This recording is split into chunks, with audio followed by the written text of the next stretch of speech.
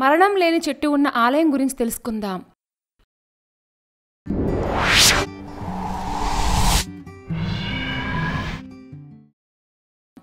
అలహాబాదులో ప్రధాన ఆకర్షణ అలహాబాద్ కోట. మొఘల్ చక్రవర్తి అక్బర్ 1583లో అలహాబాద్ కోటను నిర్మించారు. ఈ కోట 3 నదులు కలిసే త్రివేణి సంగమం వద్ద ఉంది. ఈ కోట అందమైన రూపకల్పనకు, నిర్మాణానికి, నైపుణ్యానికి ప్రసిద్ధి.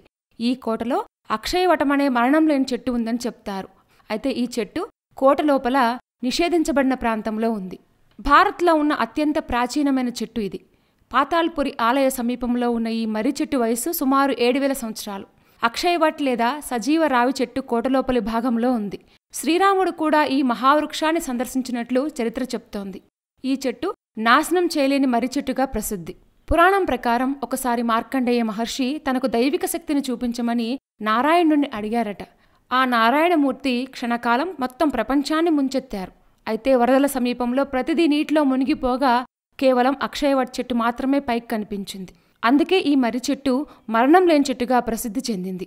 రాముడు, లక్ష్మణుడు మరియు సీతాదేవి ఈ చెట్టు కింద విశ్రాంతి తీసుకున్నట్లు పురాణాల ద్వారా మనకు తెలుస్తోంది.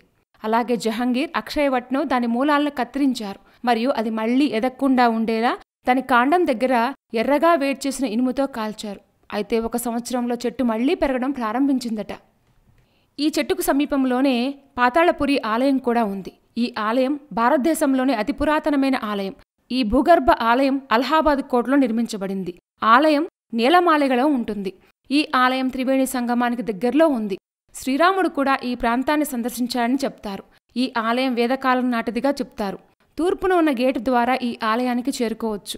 16వ శతాబ్దానికి చెందిన ఈ ఆలయంలో అనేక హిందూ దేవీ దేవతల అందమైన విగ్రహాలను ఈ భూగర్భ ఆలయంలో మనం చూడొచ్చు. అలాగే అలహాబాద్లోని గంగా, యమున, సరస్వతి అనే 3 నదులు కలిసే చోటును సంగమం అని పిలుస్తారు. ఈ సంగమం త్రివేణి సంగమంగా ప్రసిద్ధి. ఈ సంగమంలో స్నానం ఆచరిస్తే సర్వ పాపాలు తొలగిపోతాయని భక్తుల విశ్వాసం. ఇక్కడ ప్రతి 12 సంవత్సరాలకు ఒకసారి జరిగే కుంభమేళా చాలా ప్రసిద్ధి చెందింది. ఈ కుంభమేళాను తిలకించడానికి అనేక మంది భక్తులు వస్తూ ఉంటారు. ఈ కోట భారత సైన్యం యొక్క ఆధీనంలో ఉండటం వల్ల దీన్ని చూసేందుకు ముందస్తు అనుమతులు తీసుకోవాల్సిన అవసరం ఉంటుంది. మరణం లేని చెట్టు ఉన్న ఆలయం చాలా ఇంట్రెస్టింగ్గా ఉంది కదూ.